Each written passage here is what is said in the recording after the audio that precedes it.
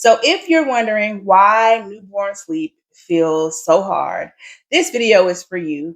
And I think that understanding why newborn sleeps and behavior is the way it is will help you kind of navigate this period of time, is because understanding the why can help you to know exactly what's happening and help you to realize that these are very temporary things and basically a part of your newborn adjusting and getting used to life outside of the womb. So, the first thing that I want to talk about is newborns typically have short sleep cycles. So, this means that they don't sleep for longer stretches of time. And there are some reasons for this. Newborns eat often because their stomachs are really small in the beginning. And also, if you're breastfeeding, breast milk is more easily digested. So they're not going to sleep for longer periods of time because they are going to be hungry more often. If your baby is formula fed, they might sleep for longer stretches of time as their stomach grows and they can accommodate more volume. So this will vary a lot, but initially in the beginning, when their stomachs are smaller, they will be waking up more frequently to feed. And also, if you're breastfeeding, this will help your milk supply because, it's a supply and demand thing. So the more often they eat, hopefully that will help with producing more milk, more volume over time, and they will start sleeping for longer stretches of time. Day night confusion. So, does it feel like your baby is sleeping soundly all day, only waking up for feedings, and then wide awake at night? Well, that is called day night confusion. And the reason for that is that their circadian rhythm is not matured yet. And they also don't produce um, the hormone melatonin. So, they don't have that level of knowing what their days and their nights are like you and I have.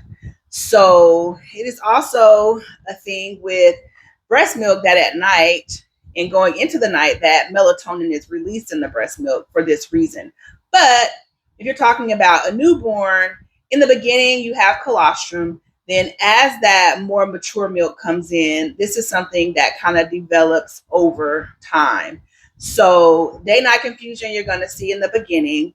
And I also usually tell moms to think about when you were pregnant, like when was your baby most active? And typically they will follow that pattern once they're born. So if your baby was kind of still during the day and they were kind of up moving around all night, I personally never really felt my daughter move during the day. So I just assumed that she was moving all the time while I was sleeping.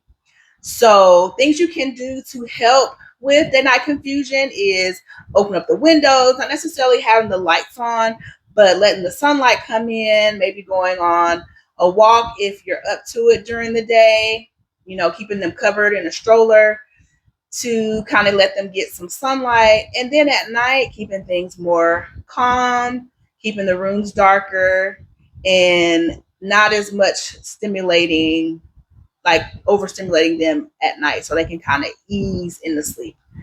So those are things that you can do to kind of help with day night confusion. But time will correct that as they get older and that circadian rhythm develops and they start producing that melatonin on their own.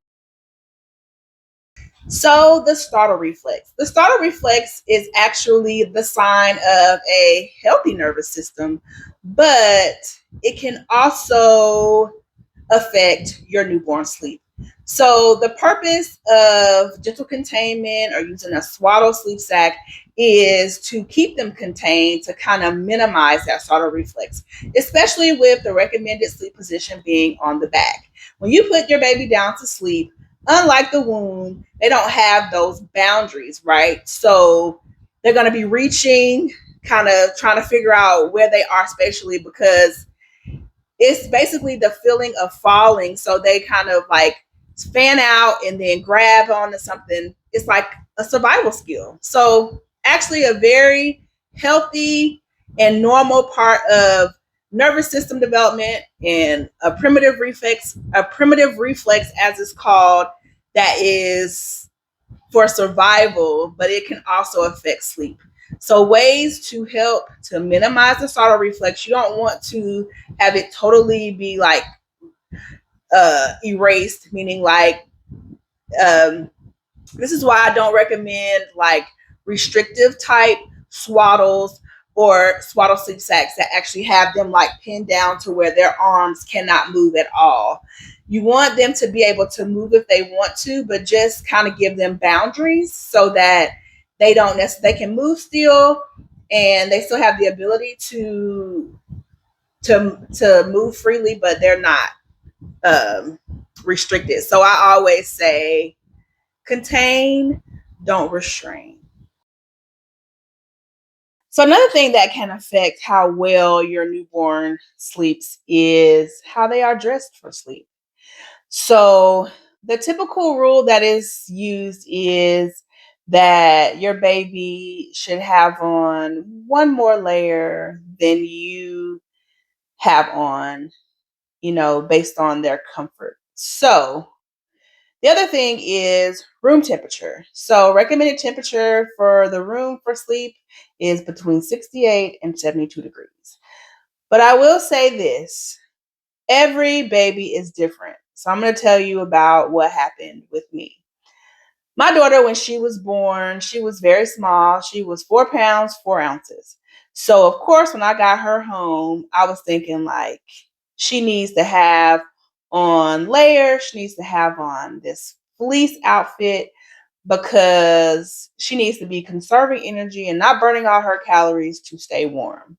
Well, it was around Christmas time, I remember, because they were some flannel Christmas pajamas. And when I say she cried for almost 2 hours straight, and I was thinking, why are you crying? Like, I was trying to feed her. She wasn't interested in feeding. I changed her diaper. And I kept checking her diaper, like nothing there. I was thinking like maybe she's, you know, her stomach is bothering her, maybe gas. So I was like holding her all the positions, but it didn't matter what I did. The only thing that got her to settle down was unzipping that flannel footed pajamas, and she went right to sleep. It was almost like she was like, thank you. Finally, I can get some rest. So be mindful that every baby is different. If they're showing signs of like being overly fussy or they're sweating, and sweating is not something that all newborns do. So if they feel really warm to the touch, or if you finding that they're fussy during bedtime and you have on layers, or you have them in a heavier material like fleece, try to dress them more lightly, because overheating is actually more of a concern and more of a risk than dressing them a little bit on the lighter side. So always think, dress comfortably for bed, use lighter, breathable materials. And if they are showing signs that they are just overly fussy and won't settle, try removing a layer and see if that helps. So, the last thing that I want to touch on is, why does it seem like your baby hates their bassinet or their crib, which means sleeping independently in their own space? So, when they are inside, they have boundaries. They're gently contained in your womb. Like, they can stretch to a certain extent. They have those boundaries. When they're born and you place them in a bassinet, they no longer have those boundaries. And remember earlier we were talking about that startle reflex. So that startle reflex is activated, which can wake them up. So usually the reason why your baby hates the bassinet is, number one, it is not you. So they've been used to being like warm and snuggled in this cozy little space. They can hear like your breathing and your heartbeat and all those things. And then all that kind of goes away, and they're put in this like usually, we can say it's cold, right? Bassinet, and they're expected to sleep on their own. Well, that's why your newborn probably sleeps so much better on you for like a contact nap. And contact naps are great when you can stay awake, but what are you supposed to do when it's time for you to get some sleep and they need to be sleeping as well?